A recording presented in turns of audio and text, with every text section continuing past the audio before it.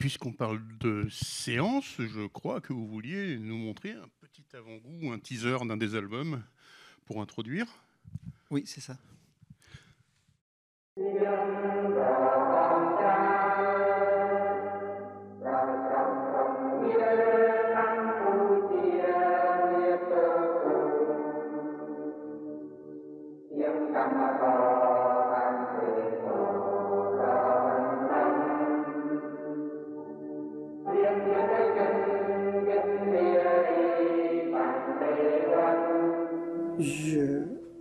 Je me souviens que les 3 mois de chantier à Kompongthrom, c'est très très pénible sous le soleil, plus de 40 degrés. Là, c'est loin du village, loin de la famille, on est séparés des enfants et on mange que 2 fois un bol de soupe de riz, c'est très très difficile.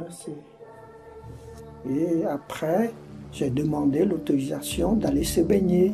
Et j'ai profité, chercher des coquillards, des moules, parce qu'il y en a beaucoup. J'ai mis ces coquillards-là sous mon chapeau. Et je m'allonge. Et la fille, elle est méchante, la chef. Elle est venue soulever le chapeau. Et elle a vu les coquillages derrière. Et à ce moment-là, j'ai eu peur.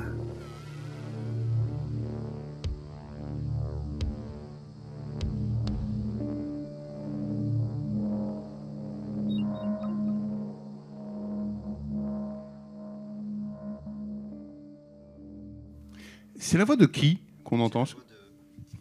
C'est la voix de mon père. Et en fait, c'est une anecdote qui m'a marqué parce qu'il me l'a raconté. Alors, il me disait, quand il était au chantier, c'est-à-dire qu'on réquisitionnait en fait les forces vives, c'est-à-dire les jeunes, surtout les hommes, à aller creuser des digues, à faire des barrages en plein cagnard. Donc, vous imaginez... il fait entre 40 et 50 degrés en fait, où le sol il est complètement dur et il fallait creuser 1 m3 par jour en fait de trous pour faire cette digue. Et il me disait qu'il avait entendu que quand on était malade, on mangeait 2 fois plus. Et du coup, il a fait semblant d'être malade. Et en étant malade, il voit qu'on mange 2 fois moins, en fait, parce que le régime disait si vous êtes malade, vous n'avez pas d'appétit, donc ça ne sert à rien de vous donner 2 fois plus à manger. Et du coup, il s'est fait avoir. Et à ce moment-là, il se dit, je vais aller mieux quand même. Donc là, il se dit, maintenant que je vais mieux, est-ce que je peux aller me baigner? Et en se baignant, il en profite pour ramasser des coquillages, et c'est à ce moment-là qu'il se fait espionner par une milice. Et elle dit rien. Et puis tous les soirs, en fait, il y a un rassemblement pour juger de nos propres actes dans ce régime, faire l'autocritique. Et lui, il dit rien. Et puis le chef, il dit, voilà, on est généreux avec le peuple et il y en a toujours qui abusent de cette générosité en allant manger au-delà de ce qu'on leur donne.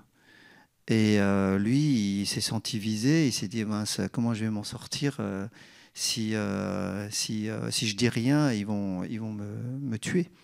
Et donc, il a pris la parole et il a dit, écoutez, je comprends, en fait. Il disait, j'allais mieux. Et si j'ai décidé de me nourrir, c'est pour servir 2 fois plus le peuple. Et du coup, il a été sauvé comme ça.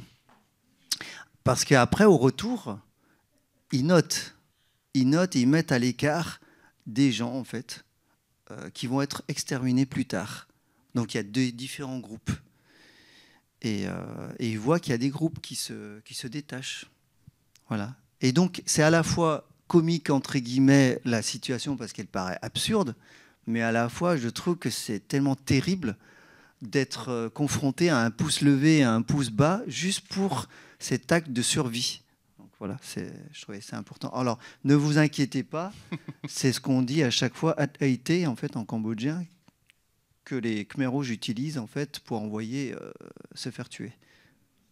Aujourd'hui, c'est une date quand même un peu particulière, puisque le 17 avril, sauf erreur de ma part, c'est la date anniversaire pile des 50 ans de la prise de Phnom Penh par les Khmers rouges. Mais ça pose une question d'emblée qui sont d'où viennent, j'allais dire ces albums, mais non, c'est clairement un triptyque, c'est vraiment un récit à part entière, qui donc, pour ceux qui ne l'auraient pas perçu, mais je pense que vous l'avez compris, sont un récit qui raconte la trajectoire d'une famille de la prise de Phnom Penh sur plusieurs années. Mais d'où ça vient l'envie de faire ces albums-là au départ? Qu'est-ce qui vous a donné l'envie de se dire, en quoi c'était important pour vous, à un titre personnel ou peut-être à un titre de devoir de mémoire collective, de faire ces albums-là? Alors tout d'abord, les souvenirs que j'avais, enfin j'en avais très peu de souvenirs de ces événements puisque je suis né 3 jours après les événements et j'avais l'impression que les 5 premières années de ma vie, j'avais que quelques images, peu de souvenirs et mes souvenirs ont commencé à être présent au moment où je suis arrivé en France en 80. J'avais 5 ans et demi. Et c'est en essayant un petit peu d'aller chercher ces souvenirs-là que j'ai eu l'idée en fait d'interroger mes parents. Parce qu'en fait, mon père, il a cette qualité d'être très bavard sur cette histoire-là, mais avec les autres, mais pas avec forcément ses propres enfants. Peut-être parce qu'il avait souhaité préserver aussi. Du coup, quand j'étais enfant, j'entendais parler des petites anecdotes de l'histoire du Cambodge avec les Khmers rouges, mais en fond, en fait, en arrière-fond. Et je me souviens de la sortie de Killing Field, en fait, la déchirure en français. Voilà. Et c'est à partir de ce film-là, en fait, la bande-annonce de ce film que je savais placer le Cambodge dans une carte. Parce que je ne connaissais pas du tout le Cambodge. Mes parents ne me parlaient pas du tout de ce pays, de ce qui s'est passé. Et c'est en allant chercher tout ça,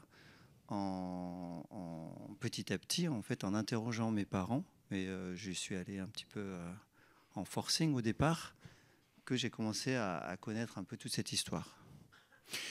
Vous allez dessiner quand vous le sentez, selon votre humeur. On va peut-être basculer avant sur le PC pour qu'on voit quelques planches des albums. Donc ça, c'est une des planches, je crois même que c'est une des premières qui ouvre le premier album. Chaque chapitre s'ouvre justement par un repère documentaire, par un repère cartographique. Il y a une idée de quelque chose de très documenté. Mais quand vous disiez votre père était très bavard sur la question, il y a quand même cette idée souvent chez des gens qui ont vécu de tels conflits, par pudeur ou par post-traumatique, de masquer les choses. Est-ce que ça a été facile de trouver suffisamment de documentation, de trouver suffisamment de détails? Alors, en termes de documentation, je suis allé chercher dans les journaux du monde à cette période. Et il y avait des auteurs cambodgiens qui ont abordé en fait, le sujet. Je me suis documenté à travers leurs ouvrages pour voir aussi si le vécu de mes parents coïncidait aussi avec leur vécu. Et j'ai remarqué que oui, tous les Cambodgiens sont passés par là, en fait, sont passés par la rééducation. Et le témoignage de mon père collait bien avec le film La Déchirure ou bien d'autres romans aussi. C'est quelque chose qui m'a touché. Et quand j'ai demandé à mon père si ça l'intéressait de me témoigner, en fait, de raconter un peu toute l'histoire de A à Z, il me dit mais ça sert à quoi?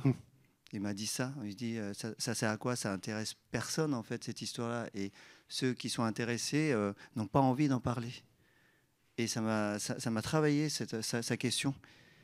Et je pense qu'il a dû peut-être me tester aussi pour savoir si j'allais jusqu'au bout des choses. Et je me suis dit que si il n'était pas là, où la mémoire, en fait, elle est éphémère, en fait, quand il s'agit de parler ou de transmettre. Et je trouvais que le livre, la bande dessinée, c'était un support qui pouvait être intéressant aussi pour marquer la mémoire, définitivement. Parce que finalement, quand il sera plus là, ou si sa mémoire n'est plus là, c'est difficile de le transmettre. J'avais besoin de l'enregistrer, de connaître son histoire, de pouvoir le retranscrire aussi, d'être au plus juste de son témoignage. À la différence près que, quelque part, vous êtes aussi dépositaire par ricochet de cette histoire, parce que donc vous êtes né là-bas au moment où ça arrive, mais il y a un côté où ça aurait peut-être été plus facile en étant extérieur à cette histoire de la raconter. Est-ce qu'on se sent une charge, justement, parce que là, clairement, ce que vous en indiquez, c'est l'idée de laisser une trace pour les générations suivantes et les gens qui auront oublié, parce que c'est vrai qu'il y a une amnésie au bout d'un moment sur certains conflits, mais est-ce que ça c'est pas un poids supplémentaire? C'est l'idée, quelque part, d'avoir la responsabilité de raconter une histoire qui vous est finalement à la fois très collective et très intime. Oui. Je me suis beaucoup posé la question, en fait, de comment j'allais aborder le sujet. Et c'est vrai que la plupart du temps, on a la référence de Maus, de Art Spiegelman ou de Marjane Satrapi pour Persepolis. Il y a soit un sujet autobiographique où on se met en scène, ou comme Maus, où on va interviewer la personne qui a vécu. Et comme moi, je n'ai pas vécu directement, dans le sens où j'étais bébé, donc après, sur mes 5 premières années, je n'ai pas eu de souvenirs, il fallait que je trouve une forme de narration personnelle, mais à la fois qui soit juste. Et à travers les yeux de mon père, qui était un point important dans la survie aussi de ma famille, parce qu'il a été acteur de pas mal de choses. J'ai trouvé que c'était judicieux d'embarquer le lecteur, en fait, à travers son regard, son point de vue. Alors bien sûr, j'ai interviewé aussi ma tante et mes oncles, mais celui qui a beaucoup parlé, c'est mon père. Et je trouve qu'à travers le regard de mon père, je peux aussi me projeter moi-même, étant à son âge, avoir un enfant dans des conditions comme ça, c'est très difficile. Et je revisite un homme avant tout, avant d'être un père, à travers son témoignage. Et ça fait quelque chose. Il y a des cases où je suis très ému de dessiner et ça me faisait pleurer parce que j'ai l'impression de revisiter le passé et de refaire vivre des personnages qui sont morts maintenant, mais qui vivent à travers cet album. Donc il y a comme c'est comme une machine à explorer le temps, en fait, enfin à explorer le passé. Et c'est quelque chose de particulier comme émotion.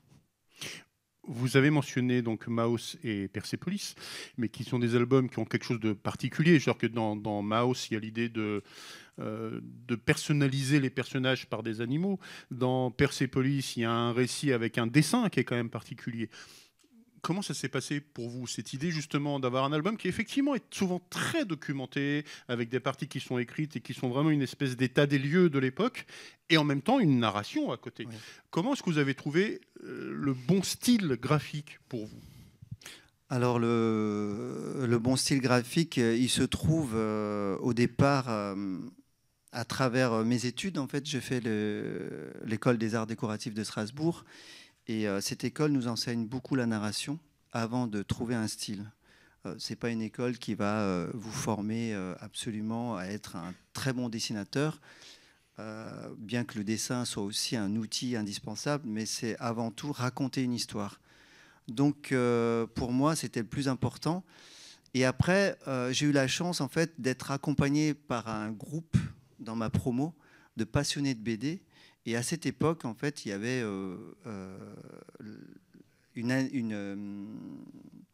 un éditeur indépendant qui s'appelle l'Association, qui offrait la possibilité aux dessinateurs de tester plein de choses, d'avoir une ouverture graphique très riche. Et je faisais partie de cette dynamique-là d'étudiants qui découvraient toutes les possibilités qui pouvaient se faire en bande dessinée. Et donc, je me suis exprimé dans cette dynamique-là. Et j'aime beaucoup le trait lâché, le dessin. Et c'est comme ça que j'ai pu trouver mon style d'écriture graphique. Et je trouve que ça colle bien à la narration, parce que quand on parle d'histoires tragiques, très difficiles à vivre, le dessiner de manière réaliste, je trouve que c'est lourd, en fait. C'est lourd pour le lecteur, c'est lourd aussi à porter. Et la bande dessinée, le dessin, il a la particularité d'avoir un filtre qui vous permet justement de prendre l'essentiel et pas de tout prendre. Et donc, ce filtre-là nous permet justement de mieux digérer les événements qui se passent. Alors après, moi, je suis de caractère pudique, j'aime exprimer les choses de manière plus subtile. Et montrer l'horreur pour l'horreur de façon gratuite, c'est un peu exposer des choses qui n'ont pas forcément un grand intérêt à la narration. Je trouve que les personnes ont un imaginaire, et j'ai envie d'aller chercher cet imaginaire-là, aller stimuler aussi cette tension qu'il y a dans l'imaginaire de chacun, parce que moi j'ai une vision de l'horreur qui peut peut-être être différente de la vision de l'horreur des autres, et comment aller toucher le cœur des gens à travers cette horreur-là sans donner une direction. Ça, je trouve que c'est la manière la plus difficile. Et donc, la bande dessinée me donne cette liberté-là d'offrir la liberté aux gens de voir l'horreur à leur manière. À la différence près que ce conflit-là a quelque chose de très particulier, dans le sens où il y a eu une extermination. Donc il y a eu effectivement des actes très violents, oui, mais il y a eu aussi un processus psychologique de rééducation de la population. Quand vous disiez l'idée de ne pas vouloir affronter certaines choses, sur cette planche-là par exemple, il y a quand même malgré tout, à certains moments, des scènes violentes graphiquement, mais parce qu'il n'y a pas le choix, c'était aussi la réalité de ce conflit. Mais c'était quoi la limite ? À quel moment vous disiez ça je peux effectivement l'illustrer, ça je ne peux pas ? Alors ça ça va vous faire rire parce que c'est vraiment un casse-tête chinois là, du coup. Parce qu'en fait, vous voyez, c'est en 3 tomes, mais c'est pas moi qui l'ai voulu. Moi, je l'avais un peu estimé sur 360 pages. C'est drôle parce que ça fait vraiment une vision à 360. Je l'avais découpé en 3 parce qu'on m'avait imposé une pagination qui était de 120 pages.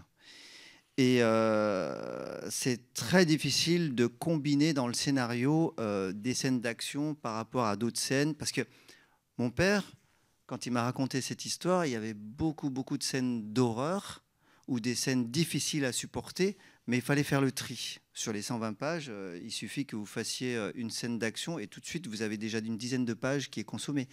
Donc comment trouver cet équilibre ?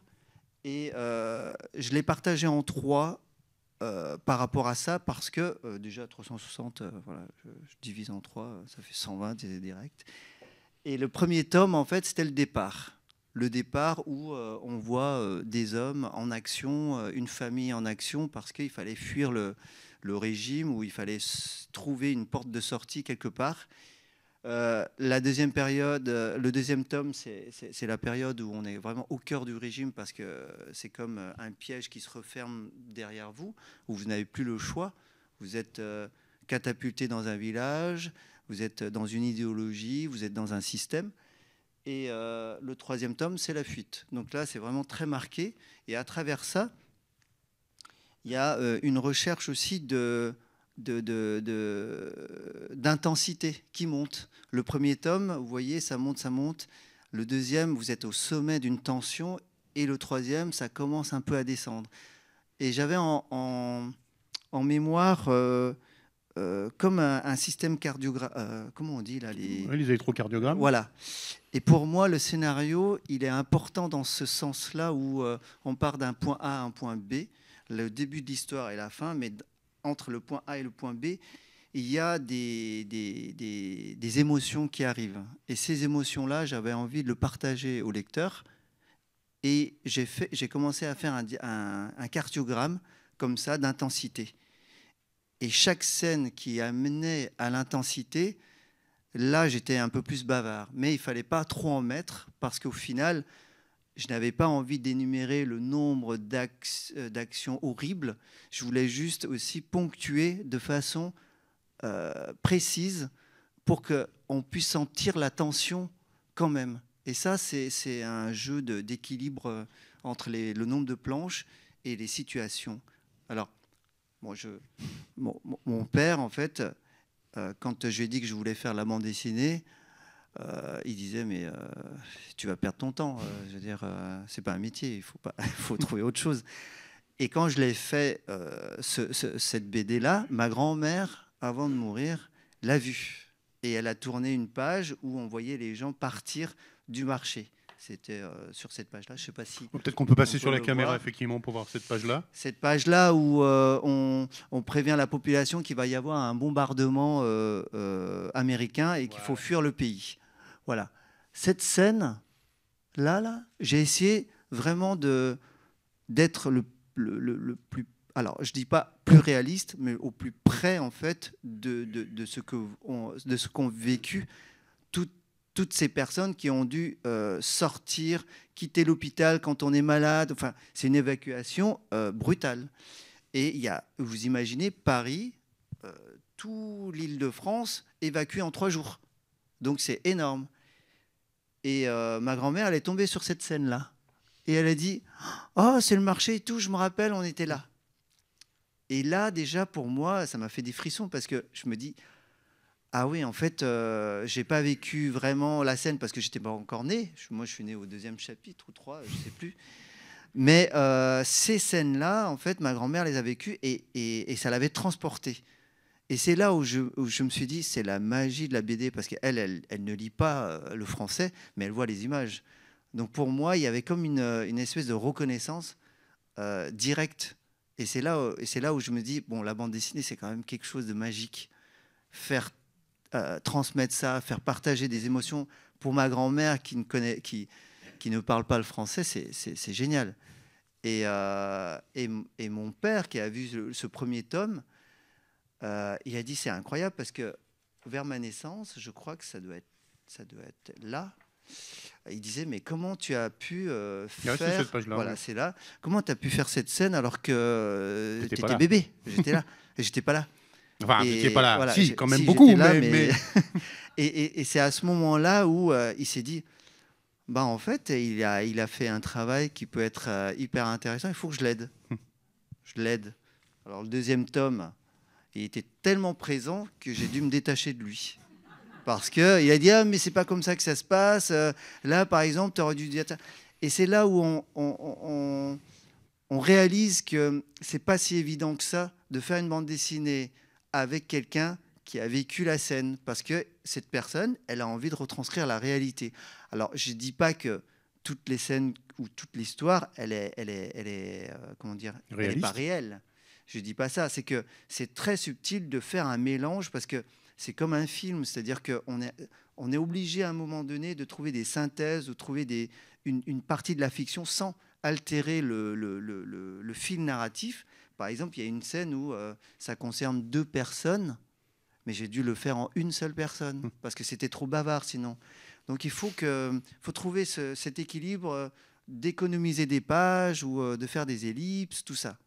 Vous parliez de fil narratif, sauf que il y a une profusion de personnages dans cette bande dessinée qui fait que c'est une vraie pelote en fait de fil narratif.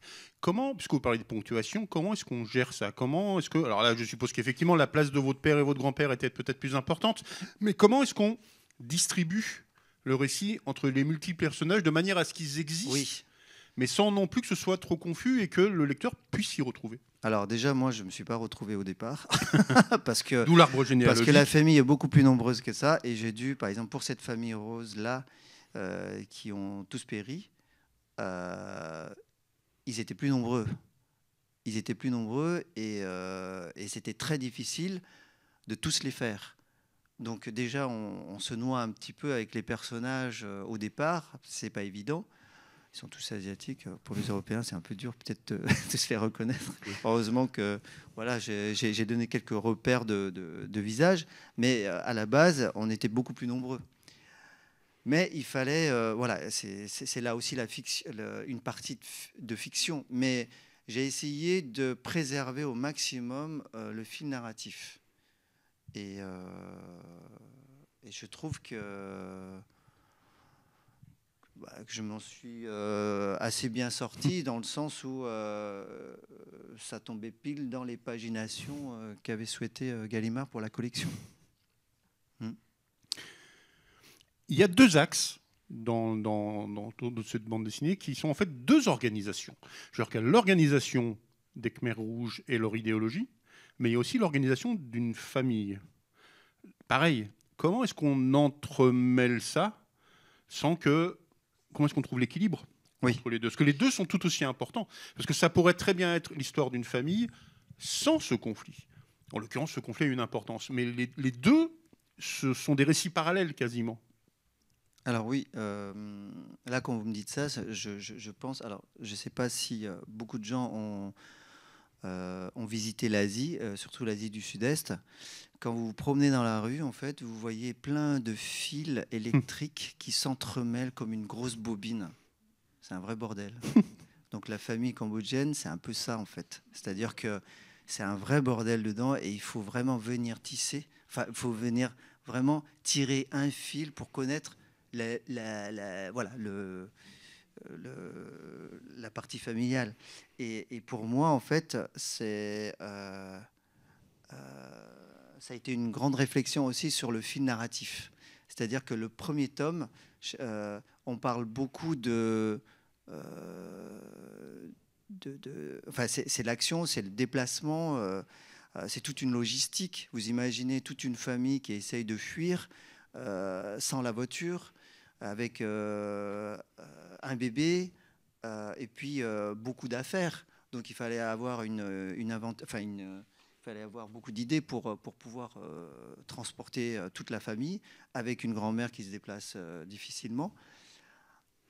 Donc il y a beaucoup de scènes où on voit les hommes se mettre en action sur le premier tome. Et sur le deuxième tome, on voit beaucoup les femmes œuvrer pendant que les hommes sont au travail, sont épuisés aussi par le travail. Et on m'a dit un jour que pendant la Seconde Guerre mondiale, c'était pareil. C'est-à-dire que les hommes étaient en action. Les femmes, quand il y avait une sédentarisation ou quelque chose qui était beaucoup plus installé, c'était les femmes qui œuvraient beaucoup plus pour la survie des hommes, donner aussi, partager aussi leur nourriture et tout. J'ai pensé à ça et quand j'ai interviewé mes tantes, ma grand-mère, c'était pareil. Et je voulais marquer en fait chaque tome par le rôle des hommes et des femmes. Donc le premier tome, c'est beaucoup les hommes. Le deuxième tome, c'est beaucoup les femmes, en fait. Ma grand-mère, elle m'a beaucoup aidé. Quand j'étais petit, j'étais mis dans une garderie, gardée par des enfants de 10 ans, donc une vraie garderie. Et mes tantes se sont débrouillées pour faire semblant d'être malades, cacher une cuillère pour me nourrir. Ma grand-mère, elle voyait que je ne mangeais pas parce que j'étais avec des inconnus, je ne les connaissais pas. Et du coup, se débrouillait pour aller trouver un petit peu de riz brûlé, de la casserole, de la cuisine pour me nourrir. Donc, j'ai des souvenirs comme ça de femmes qui... de tantes ou de grand-mères qui m'ont beaucoup aidé. Et je trouvais qu'il fallait, comment dire, c'est comme une, comment on dit, comme une dédicace, enfin pas une dédicace, mais comme une, comment, un hommage, voilà, un hommage, parce que c'est important, Et puis après la fuite, on retrouve un petit peu le mélange des acteurs, autant des femmes que des hommes. Il y a quelque chose, et on le voit même sur ces 3 couvertures-là, c'est que vous avez mentionné beaucoup l'idée d'une évacuation, du mouvement, mais l'idée du mouvement, de manière globale, elle est là tout au long. Genre qu'il y a très peu de cases, en fait, où on est dans des moments de répit. Il y a vraiment une idée de mouvement physique, mais aussi de mouvement mental, qui est au cœur de ce récit-là. Est-ce que c'est quelque chose qui a été instinctif ou dicté par les événements, en fait, ou c'est quelque chose sur lequel vous avez mis soin, justement, d'être dans cette idée du mouvement en permanence? Alors, je me rends compte que, oui, ça, c'est une idée, enfin, c'est une question intéressante. Il y a beaucoup de choses où je l'ai fait de manière instinctive, notamment par exemple pour les couleurs ou pour cette idée de mouvement, parce que à travers le témoignage de mon père, c'est que du mouvement. La vie, c'est du mouvement. Et pour survivre, il fallait que ça soit en mouvement. Et donc, de toute façon, la mort, elle est là quand il n'y a plus de mouvement.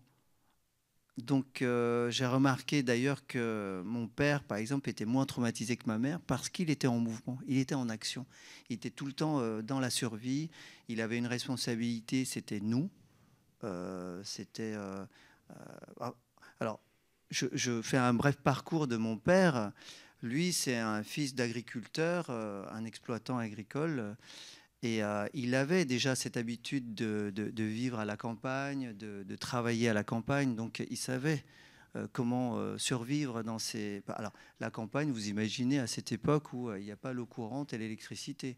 On est quasiment dans un village où il fallait se débrouiller. Et surtout, pour la population des villes qui sont beaucoup plus désavantagées, dans le sens où, dans l'idéologie, c'est que vous allez trimer, mais vous allez trimer plus que nous parce que vous ne connaissez pas. Vous ne connaissez pas comment nous, on a enduré les difficultés de la vie. Donc, mes parents, du côté de ma mère, c'était des bourgeois qui avaient l'habitude de vivre en ville, qui n'ont jamais travaillé la terre. Donc, ça a été très difficile pour eux. Et mon père, lui, il était en mouvement parce qu'il savait se débrouiller, il était malin. Et il a aidé pas mal comme ça pour... Donc oui, le mouvement, c'est la vie. Donc il y avait une envie. Alors c'est ça qui est étonnant, c'est que on pourrait se laisser abattre, mais il y avait toujours, il me disait toujours, à chaque fois, enfin, on avait toujours l'appréhension de mourir tous les jours, mais il y avait toujours cet espoir de se dire, ah, on a maintenu un jour de plus pour la vie. Et il y avait toujours cette envie de survivre. Voilà. Et il vivait au jour le jour, à chaque fois. Je reviens sur cette idée donc de deux lignes qui sont effectivement cette famille, mais aussi l'organisation des Khmers, notamment sur certaines choses, sur la manière dont on a instrumentalisé les enfants, dans la manière dont on a fait des enfants des chevilles vraiment ouvrières de cette idéologie qui surveillaient les parents, où on les a endoctrinés. Il y a une planche, mais je crois que je ne l'ai pas gardée, où on voit carrément à un moment un enfant sur un dessin dans un cours et qui raye la notion de père et de mère pour dire que le père, finalement, aujourd'hui, à partir de là, c'est la patrie. Est-ce que ça, c'est pas aussi une difficulté supplémentaire de raconter une idéologie et de la transposer quelque part de manière accessible pour qu'on comprenne ces mécanismes-là, qui ont été des mécanismes au très long cours, très compliqués d'endoctrinement. Donc il y a quelque chose qui n'est pas forcément facile à mettre en case ou à mettre en narration. Alors, non, ça ne doit pas être sur celui-là, ça doit être sur le deuxième tome. Où on a c'est cette image-là, en fait. Oui. Le régime Khmer Rouge, c'est un régime qui disloque la famille, comment dire, elle est quasiment religieuse dans le sens où l'Ankar, l'organisation qui contrôle tout ça, c'est comme le parent en fait de tout le monde, de tout un peuple. Et les enfants, c'est les enfants de l'organisation, de l'Ankar, et les parents n'ont plus de valeur en fait, ne sont plus l'autorité en fait de l'enfant. Et moi, je trouve que cette manière d'amener, de conduire l'idéologie, je trouve qu'elle est terrible en fait. Elle est terrible et quand j'en parle, enfin, je trouve que c'est une pièce maîtresse du régime. C'est d'ailleurs une grosse partie de ce second tome. Oui, oui, oui. Et je trouve que c'est important de le préciser parce que dans un régime totalitaire, il y a toujours cette envie de déshumaniser l'être humain, en fait, de le rendre vraiment à l'état de subordination, de ne plus avoir son propre caractère, sa propre personnalité. Mais on voit aussi dans les vêtements. Moi, je me souviens, alors je ne sais pas si j'en parle dedans, je crois pas. C'est que mes parents, ils me disaient que, enfin mon père, ma mère, elle me disait, on était obligé d'être conforme à la demande de l'idéologie. On va même jusqu'à teindre les vêtements et tout pour se fondre dans cette idéologie-là, pour ne pas avoir de problème. Parce que si on se distingue trop, on est vu comme quelqu'un qui se rebelle ou quelqu'un qui est différent. Il ne fallait pas qu'il y ait de différence. Les filles, les femmes sont coupées pareil, les garçons aussi. Ça me fait penser à l'État islamique ou Daesh, c'est-à-dire qu'au nom d'un dieu ou au nom d'une supériorité, il faut se soumettre à cette idéologie-là. Et donc, cette montée-là extrémiste, d'ailleurs, il y a les 10 commandements aussi, les 10 commandements de l'Ankar. Dans le deuxième tome, je le note sur le titre à chaque fois des chapitres. Ankar prend grand soin de vous, tous frères, sœurs, père, mère, le peuple est le cerveau d'Ankar. Donc, c'est ça, c'est comme les fourmis, donc vous n'avez plus de personnalité. Est-ce que c'est ce qui a amené le fait d'un portrait presque pour lutter justement contre cette vision déshumanisatrice, en admettant que le mot existe, a amené à un portrait de famille qui, lui, est au contraire très chaleureux. Je veux dire qu'il n'y a pas la sensation... Alors, ils sont victimes, évidemment, de ce régime-là, mais il n'y a pas la sensation d'une victimisation dans la mesure où il y a un côté d'une cellule qui est toujours très solidaire, très chaleureuse, très humaine, justement. Est-ce que c'était, quelque part, justement, une volonté de contrer la volonté de déshumaniser des Khmers ? D'en faire un cercle qui, lui, soit à l'inverse, dans une humanité totale. Est-ce que vous pouvez répéter ? Oui. On parlait de l'idéologie khmer, qui était vraiment quelque chose d'une extermination, mais totale, y compris psychologique. Alors que la famille, telle que vous la montrez dans cette bande dessinée, au contraire, elle reste très soudée, elle reste très chaleureuse dans des rapports extrêmement humains. Comme s'il y avait ce contraste, quoi. Alors, il y a toujours un paradoxe. Parce que, comment dire, il y a l'idéologie, et puis après, comment cette idéologie-là est appliquée. Et au sein de la famille, il y a quelque chose qui se contredit aussi à travers cette idéologie. Et j'avais envie aussi de montrer ça. C'est-à-dire qu'on ne peut pas l'appliquer. C'est impossible. Même les Khmers rouges, entre eux, ont du mal à l'appliquer. À tel point que alors, j'en parle pas dedans, mais... il y a certaines filles Khmer rouges, par exemple, qui sont tellement déshumanisées dans le sens où elles ont la même coupe de cheveux, avec les mêmes habits, le même port de krama, où elles essaient de se distinguer un peu en mettant un petit peu de fantaisie dans leurs vêtements et tout pour se démarquer. Mais ça reste très discret et tout. Et il y a cette... au plus profond de l'humain, il y a cette envie de se distinguer à l'autre, en fait. Et donc, je voulais apporter ça dans la cellule familiale, en fait. Il y a quelque chose d'intime qui ne peut pas, en fait, finalement, se déshumaniser. Donc, c'est ça aussi qui crée cet espoir, cette envie de survivre face à quelque chose qui nous paraît immense et insurmontable. Chaque chapitre, on l'a vu, donc s'ouvre. Alors, je vais en montrer une planche là, mais une planche qui est documentaire, qui sont une cartographie, mais aussi certaines planches, notamment dans le deuxième et dans le troisième album, qui sont des espèces de modes d'emploi de la survie. Oui. En disant, voilà ce qu'il ne fallait pas dire pour éviter d'être pris en défaut, voilà ce qu'il ne fallait pas porter pour d'être pris en défaut. Oui. Est-ce qu'au-delà justement de ce côté de témoigner de ça, il y avait ce côté de faire quelque part une forme presque de tutoriel du quotidien de vie sous ce régime-là ? Oui, parce que pour bien comprendre en fait le système, il fallait justement ce tutoriel qui sont au dos de chaque chapitre, mais sans se faire sortir le lecteur de l'histoire. Et ça, c'était quelque chose qui me paraissait, vital. C'est-à-dire comment faire en fait pour impliquer le lecteur ou les inviter à vivre la même chose que cette famille. Alors je dis cette famille parce que c'est la mienne, mais ça aurait pu être n'importe quelle famille du Cambodge, parce que tout le monde est passé par là pendant cette période-là. Les tutoriels permettent de... Ça me fait penser un peu à des jeux de rôle, en fait, où on va suivre une aventure et puis de temps en temps, on va avoir des petits tips pour compléter notre Avoir notre des points de panoplie, survie ou pas.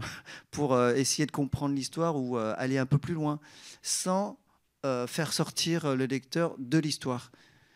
Et j'ai trouvé que c'était important d'avoir quelques repères quand même pour les personnes qui ne connaissent pas l'événement, quoi. Sortir de l'histoire, parce que l'heure avance, mais je ne sais pas d'ailleurs si vous voulez dessiner ou pas un monde, mais sortir de l'histoire, ça implique aussi de comment est-ce qu'on sort de cette histoire, mais au sens littéral du terme. Une fois que vous avez fini ces albums-là, comment vous vous sentez? Est-ce qu'il y a un côté d'un soulagement? Est-ce qu'il y a un côté de se dire de pouvoir passer à autre chose éventuellement? Est-ce que de toute façon cette histoire-là restera ancrée en vous parce qu'elle touche à quelque chose de très intime? Comment est-ce qu'on sort, peut-être pas de cette histoire-là, mais de ce travail-là? C'est vrai qu'après les 3 tomes, je me sens beaucoup plus soulagé en fait, parce que j'ai l'impression de trouver toutes les pièces du puzzle et d'en faire une image qui pour moi devient de plus en plus cohérente en fait. Et comme toute personne qui est à la recherche de ses origines, de son passé, de son histoire, on a toujours besoin d'avoir en détail toute la trame. Et le fait d'avoir exploré cette histoire-là, c'est clair que je me retrouve beaucoup plus. Après, le Cambodge, c'est une partie de moi. Donc, je trouve des inspirations aussi ailleurs, à travers le pays, à travers le quotidien de maintenant. Je m'intéresse beaucoup au stress post-traumatique. Donc, pour moi, ça a été une première pierre aussi en quête de résilience. C'est un peu comme une thérapie aussi, quelque part. Quand on se connaît mieux, on arrive mieux aussi à avoir le devant, à aller au devant des choses. Et cette trilogie me fait rebondir sur beaucoup d'autres histoires de vie. Alors j'aime beaucoup écouter les histoires de tout le monde. Et pour le coup, le Cambodge fait partie aussi des thématiques que je trouve indispensables. Alors c'est pas forcément sur cet événement-là, ça peut être aussi sur l'avant. Comment les Cambodgiens qui n'ont pas vécu cette scène l'ont vu aussi à distance, ou ont vécu ça avant, ou bien après, comment la jeune génération de maintenant vivent dans un autre monde et qui n'ont pas connaissance de cette histoire. C'est un terreau très riche en fait pour trouver l'inspiration. J'aimerais bien qu'on revienne sur le PC en régie, parce qu'à la fin du 3e album, il y a un épilogue, mais qui a quelque chose de très particulier, parce que déjà la forme est différente narrativement par rapport aux autres. Mais alors, je mets précisément le côté nouveau départ après 80, c'est qu'il se passe aussi quelque chose au Cambodge. Genre que depuis les années 80-90, il y a un essor à nouveau, peut-être même 2000, il y a un essor à nouveau du Cambodge, y compris culturellement, parce qu'on voit apparaître des films cambodgiens vers ceux de David Chou, par exemple, alors que la majorité des films d'avant ont disparu. Mais quel regard vous portez, après avoir fait ces albums-là, sur le Cambodge actuel? Et de fait, par exemple, ces albums-là, est-ce qu'ils sont traduits là-bas ou pas? Et quelle attente vous avez d'un retour, justement, du Cambodge actuel sur ces albums-là?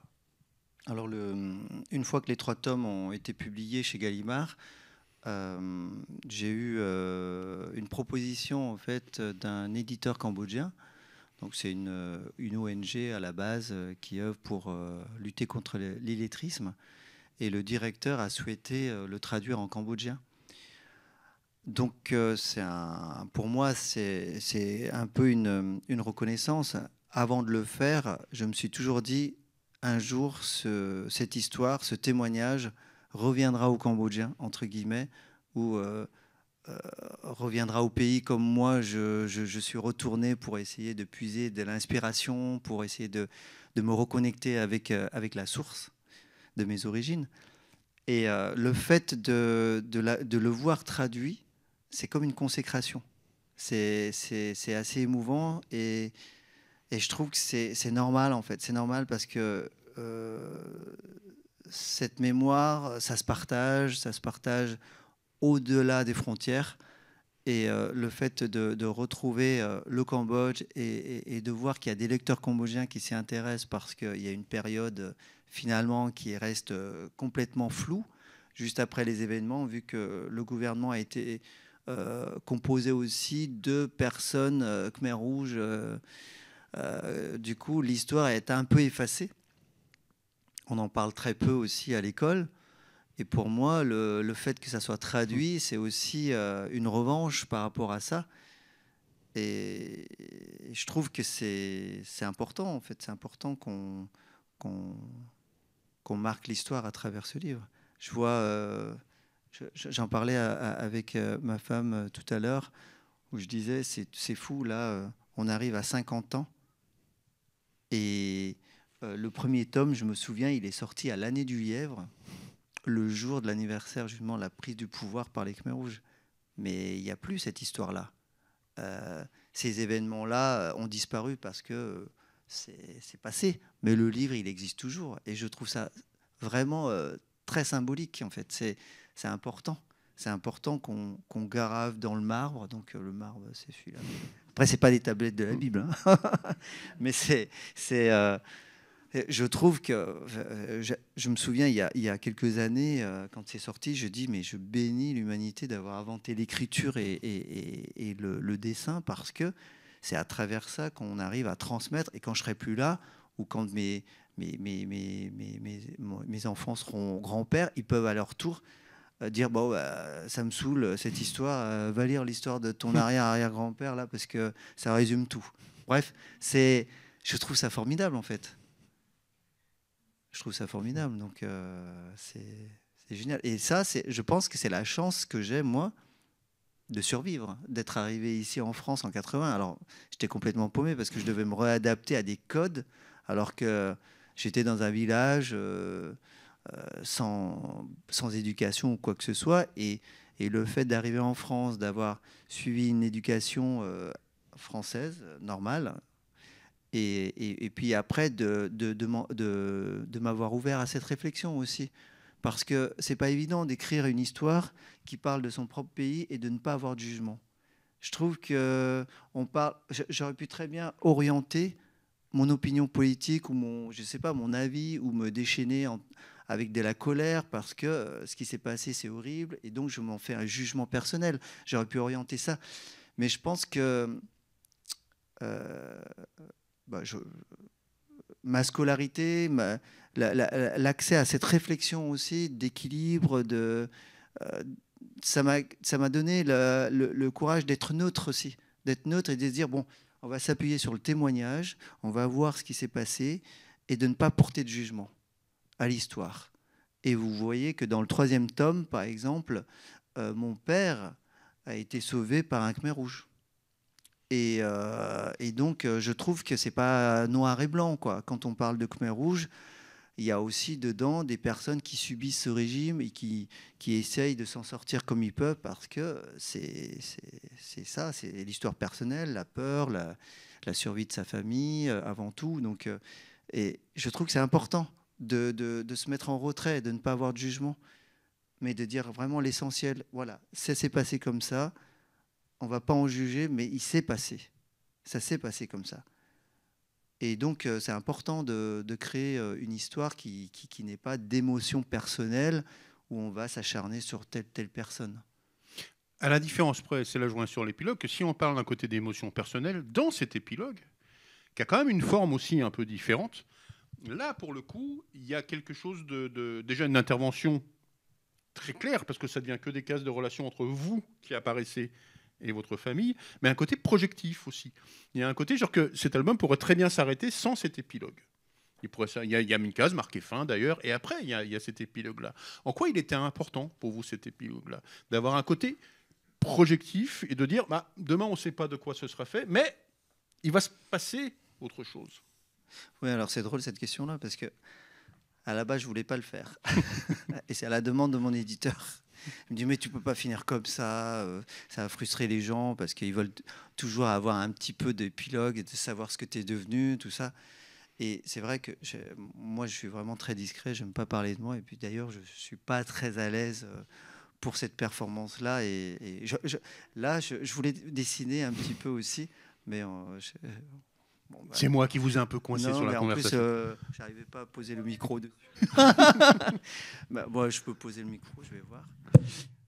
Bon, je vais continuer à parler comme ça. Et donc, mon éditeur m'a dit non, tu peux pas faire ça. Les gens, ils ont besoin de savoir ce qui se passe et tout. Alors, je me suis dit bon, bah, qu'est-ce que je vais faire?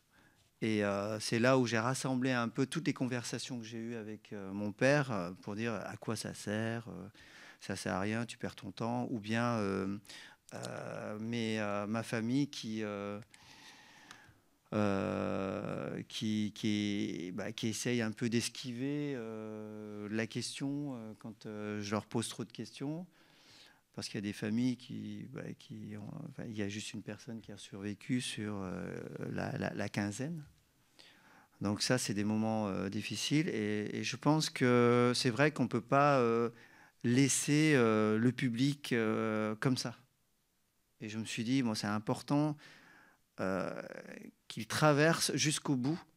Donc jusqu'au bout, c'est jusqu'à notre arrivée en France. Et comment aussi, c'était dur. Alors moi, j'arriverai pas à dessiner.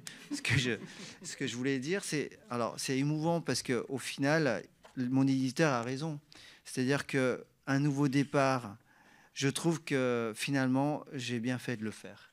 Parce qu'on vit en fait actuellement un moment où on banalise entre guillemets les migrants.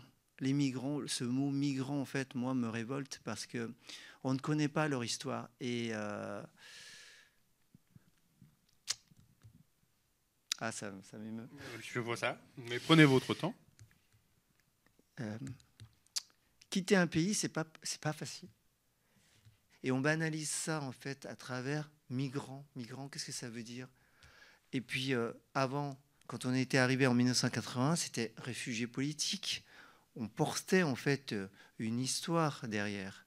Maintenant, il n'y a plus d'histoire. Les gens qui viennent, c'est pour voler le pain de la bouche des gens, en fait. Mais non, il n'y a pas que ça. Il y a un partage. Si on connaît l'ail, l'oignon, c'est complètement basique, mais des mots aussi. C'est parce qu'à travers cet échange, si on parle de route de la soie, c'est parce qu'il y a une richesse qui se partage, en fait.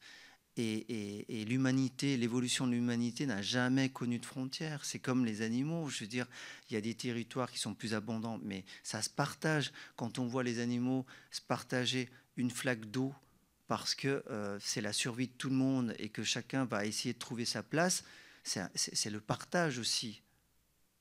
Et c'est marrant parce que ce sont des animaux sauvages qui chassent les autres, mais par contre, quand il s'agit de partager un lieu pour boire, on n'est plus dans la chasse. Vous voyez donc, se fermer à ça, je trouve que c'est injuste. C'est injuste pour la personne aussi qui pense que c'est en se fermant qu'on arrive à se protéger, mais c'est injuste aussi pour l'autre, parce que l'autre a envie de contact. Et je trouve qu'à travers cet épilogue, ça montre ça. C'est-à-dire que ça montre le métissage qui fait la richesse aussi de ce partage, mais aussi qu'à un moment donné, on retourne à la source.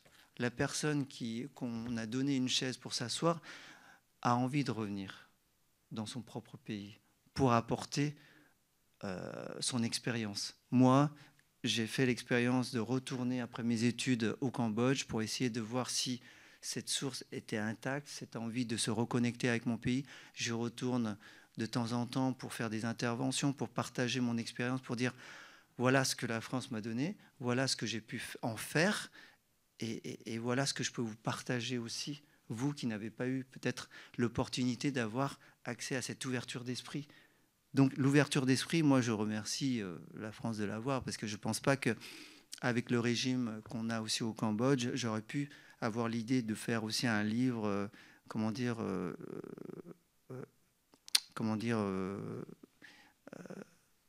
pas orienté peut-être. Neutre. Neutre, oui. Alors j'avais une dernière question. j'ai déjà une partie de la réponse là, et quand je vous pourrais mettre dans un état plus émotionnel, vous y répondez si vous voulez, mais on est dans une période aujourd'hui qui est très compliquée, qui est très ponctuelle, mais aussi on fait face à de nouveaux cas de génocide ou prétendu génocide. Quel regard vous avez, vous, sur ces conflits-là, sachant que quelque part vous êtes issu aussi d'un conflit similaire? Est-ce que vous vous en protégez? Est-ce que vous êtes au contraire plus attentif, plus dans le compassionnel? Encore une fois, vous y répondez si vous... Alors, si vous avant de faire cette histoire, je me suis beaucoup intéressé aussi sur la mécanique d'un régime totalitaire. Comment ce régime s'installe progressivement. Alors, je me suis intéressé à la Deuxième Guerre mondiale, qui est vraiment inévitable. Après, je me suis intéressé aussi au génocide arménien, au Rwanda, et ça passe toujours par la déshumanisation et la banalisation aussi de la violence. Et tous ces exemples-là ont inspiré aussi le fil narratif en fait, de mon histoire. Et je trouve que c'est important de s'intéresser à d'autres histoires pour justement comprendre ça et voir aussi plus loin, c'est-à-dire actuellement, par exemple, comment s'installe progressivement un régime totalitaire et comment on banalise des mots, où on banalise aussi l'individu, où on va orienter des pensées. Et donc, on voit peut-être plus facilement venir les problématiques. À partir de là, la parole va être de ce côté-là. Il y a un micro, je crois, qui va circuler. Donc, si vous avez des questions, des commentaires, des opinions... Voilà, madame là-haut. Bonsoir. Merci beaucoup pour votre intervention. Je ne connaissais pas votre travail avant, mais je trouve ça très inspirant. Je suis moi-même issue de parents cambodgiens immigrés et je suis née en France. J'ai aussi fait les arts décoratifs de Strasbourg. Et aujourd'hui, j'avais déjà fait quelques projets assez documentaires par rapport au passé de mes parents, de manière très timide parce qu'on m'en a pas parlé. Et aujourd'hui, en voulant faire du cinéma, je ressens de plus en plus l'envie de raconter ces choses que je n'ai pas vécues aussi. Donc c'est aussi intéressant pour moi de voir comment est-ce qu'on vit aussi ces choses par cette projection, par ce partage que vous avez eu avec votre père. Et dans la mesure où moi personnellement j'éprouve cette difficulté de partager, notamment parce qu'il y a la barrière de la langue et culturelle. Et je voulais savoir à quel point ça a pu être difficile ou pas dans le processus d'avoir ces moments de partage avec votre père et peut-être d'interviewer d'autres membres de votre famille. Est-ce que vous parlez khmer, cambodgien? Combien de temps ça a pris dans votre recherche? Plusieurs années, j'imagine. Mais voilà, c'est quelque chose qui m'intéresse beaucoup. Alors, avant de réaliser ces 3 tomes, j'avais déjà cette idée une envie de raconter l'histoire de mes parents. Je pense que c'est tout un parcours parce qu'il y a des difficultés, pas forcément la langue parce que je parle cambodgien, mais c'est le rapport. C'est le rapport avec les parents. J'ai des parents, mon père par exemple, il est très bavard avec les autres, mais très peu avec moi. Donc les histoires, je suis toujours en spectateur. Il parle surtout beaucoup au français, mais pas avec les Cambodgiens, par exemple. Donc à chaque fois que j'avais des amis qui étaient là, là, ils lançaient des anecdotes, et puis après, ça partait. Et je me disais, tiens, c'est curieux quand même, hein, il parle beaucoup au français, mais peu avec sa propre famille.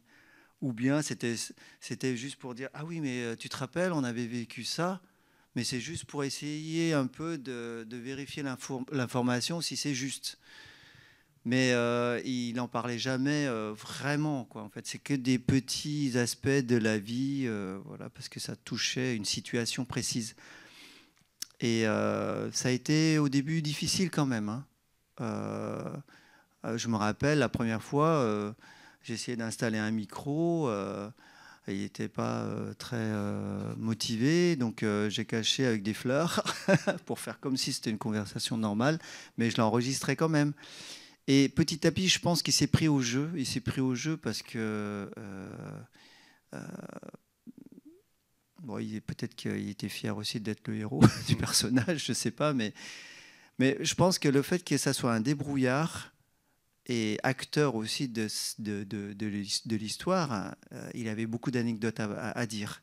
Et je pense que pour lui, c'était une manière aussi de faire sa propre thérapie quelque part, puisque il le racontait de manière humoristique et puis il en revenait tellement pas, en fait, qu'il racontait cette histoire-là. Et je le croyais moins traumatisé que ma mère, mais en fin de compte, il me disait, mais à la fin, c'est ça qui me scotchait, il m'a dit, mais tu sais, je fais des rêves où j'ai toujours l'impression d'être là-bas. Et oui, c'est très difficile, hein, parce qu'il faut les motiver. Moi, j'interrogeais de temps en temps, mais ça se vit au quotidien. C'est-à-dire que tous les dimanches, tous les week-ends, j'allais les voir. Et puis, je notais.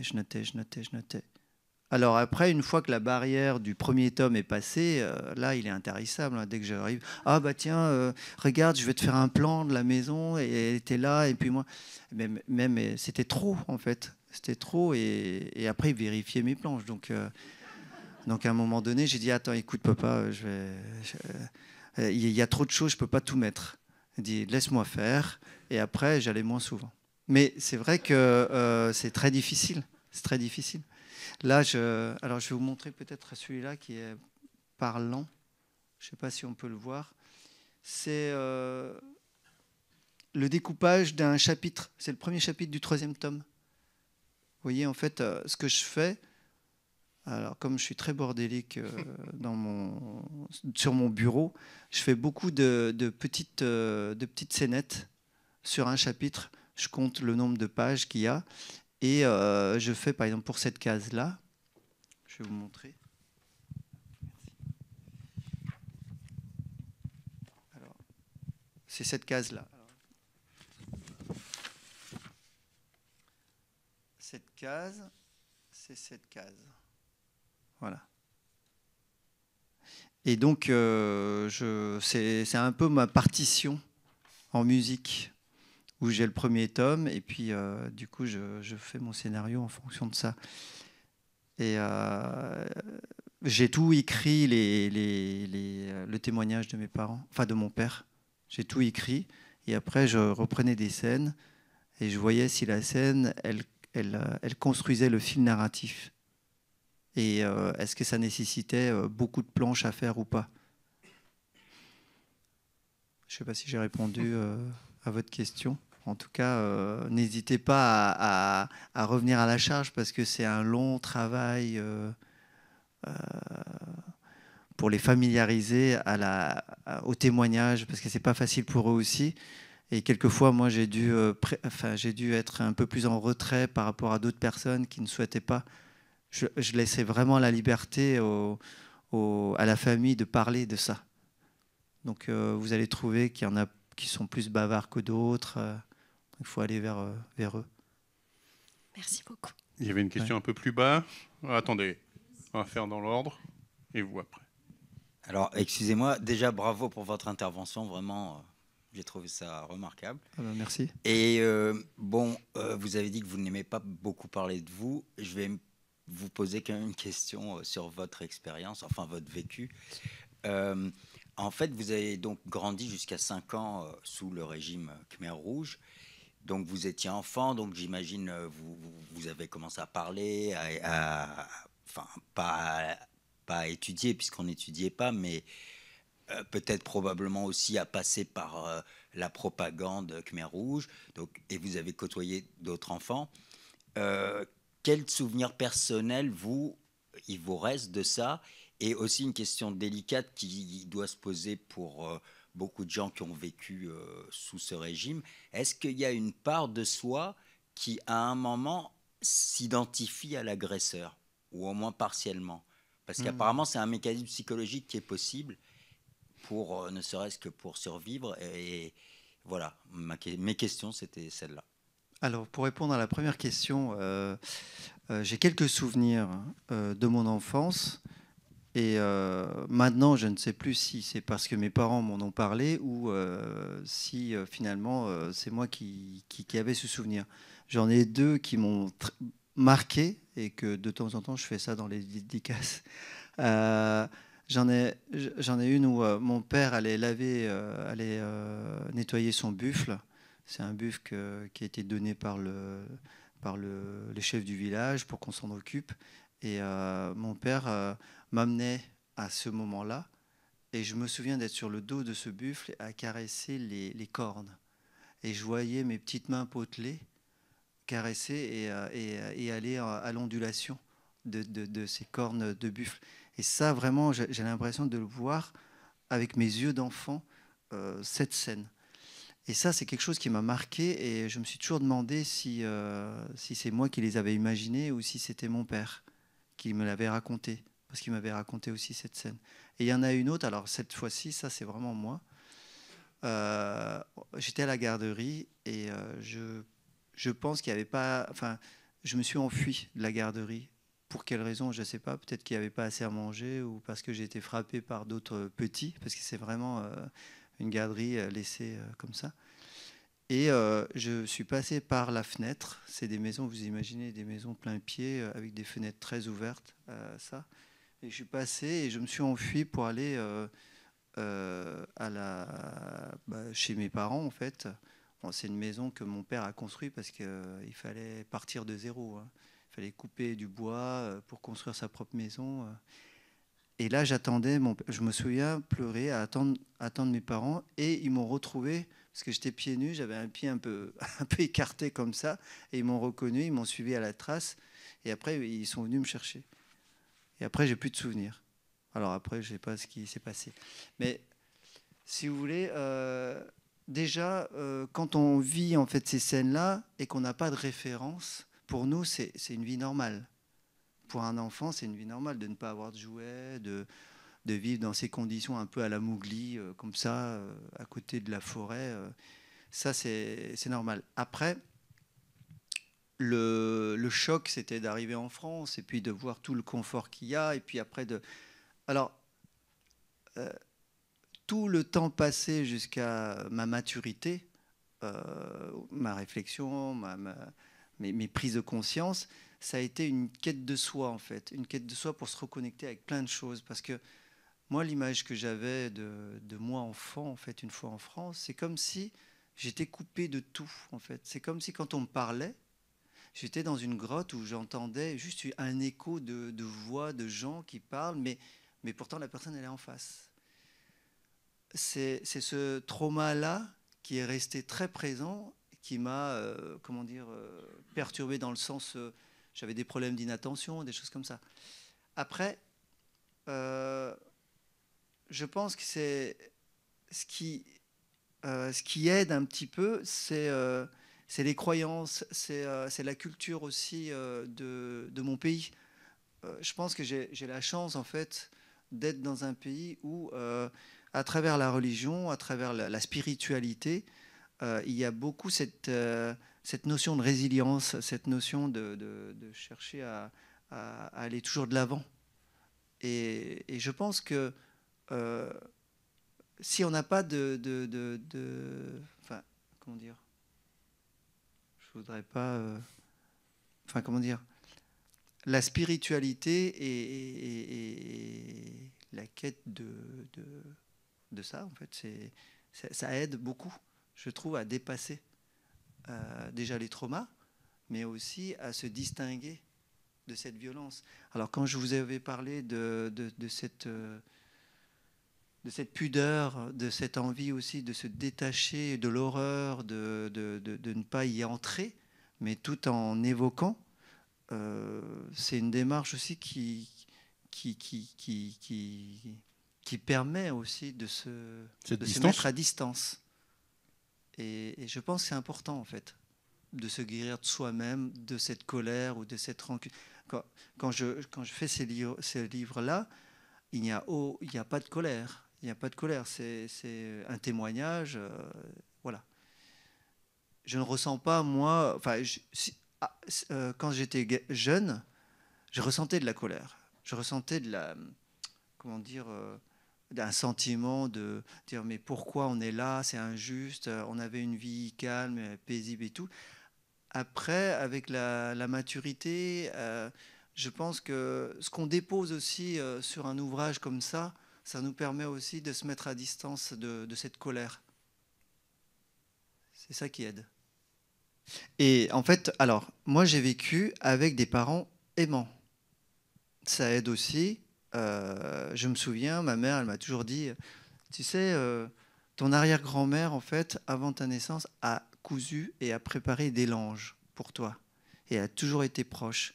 Et quand je suis retourné au Cambodge, par exemple, cette grand-mère n'a pas survécu pendant le régime, j'ai eu des tantes, des cousines de mes parents, de ma mère, par exemple, ou que j'ai revues, qui ont été surprises de me voir en pleine forme. Et je ressentais, comment dire, de l'amour comme si c'était ma deuxième maman. Et j'ai toujours été entouré, c'est pour ça que j'ai mis le deuxième tome, un hommage aux femmes, parce que mes tantes, ma grand-mère, beaucoup de femmes étaient autour de moi, à s'occuper de moi en fait, mais que j'avais pas conscience.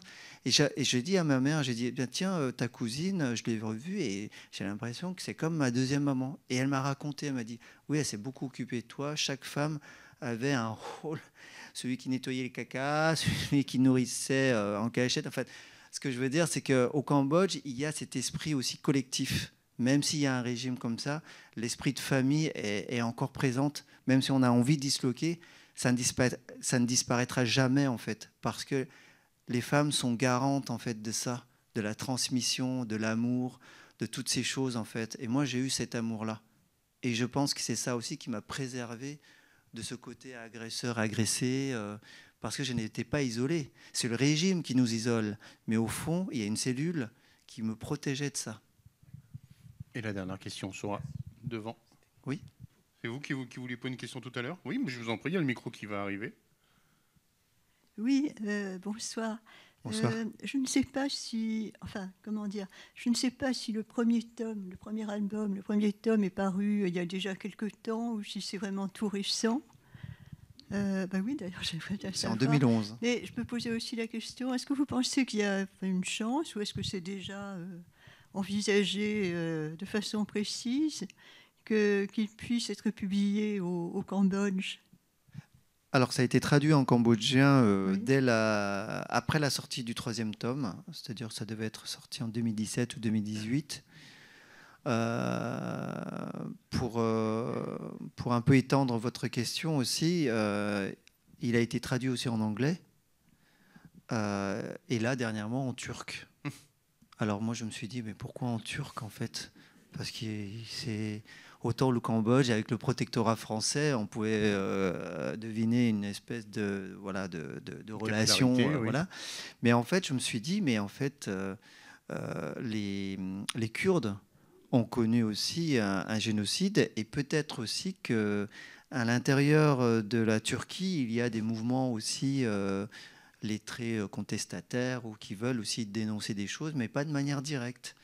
Et qu'à travers ce support-là, il y a une réelle réflexion sur, comme je disais, cette histoire aurait pu se passer n'importe où. Alors il se trouve que le destin m'a fait naître au Cambodge, mais on connaît tous des histoires comme ça dans différents pays.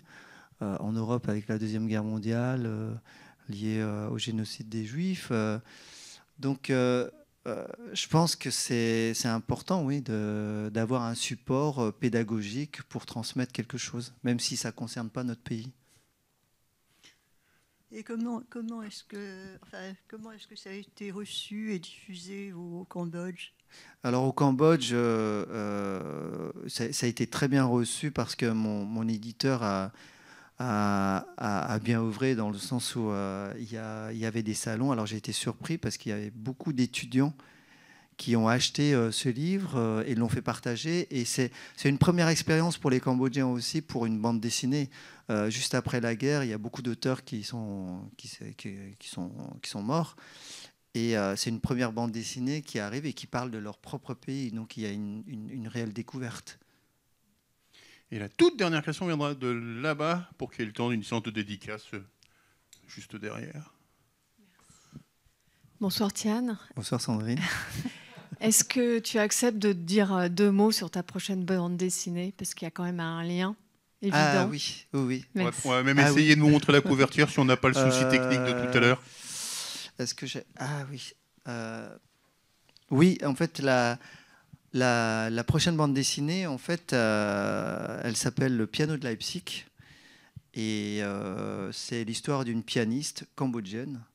Donc, une musicienne qui est née dans les années 60, en fait, qui est partie, alors avant les événements Khmer Rouge, qui est partie pour fuir une famille, un papa toxique.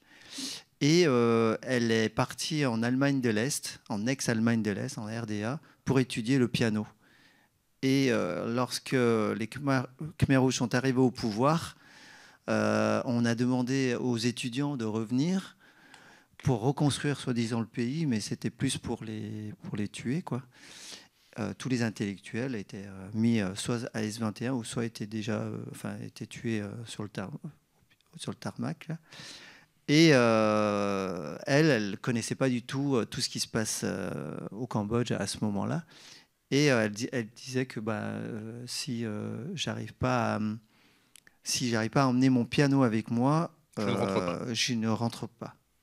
Et finalement, elle est restée en Allemagne et le piano lui a sauvé la vie. Alors au-delà de ça, c'est une femme qui s'est beaucoup battue pour sa liberté, l'émancipation, tout ça. Et là, on a une vision d'une Cambodgienne dans un pays qu'elle ne connaît pas du tout, en Europe, en Allemagne de l'Est. Et donc, je fais l'histoire de ce personnage qui évolue, alors avec un fond... Enfin, c'est en Allemagne, ça ne se passe pas au Cambodge, mais elle a un passé lié au Cambodge.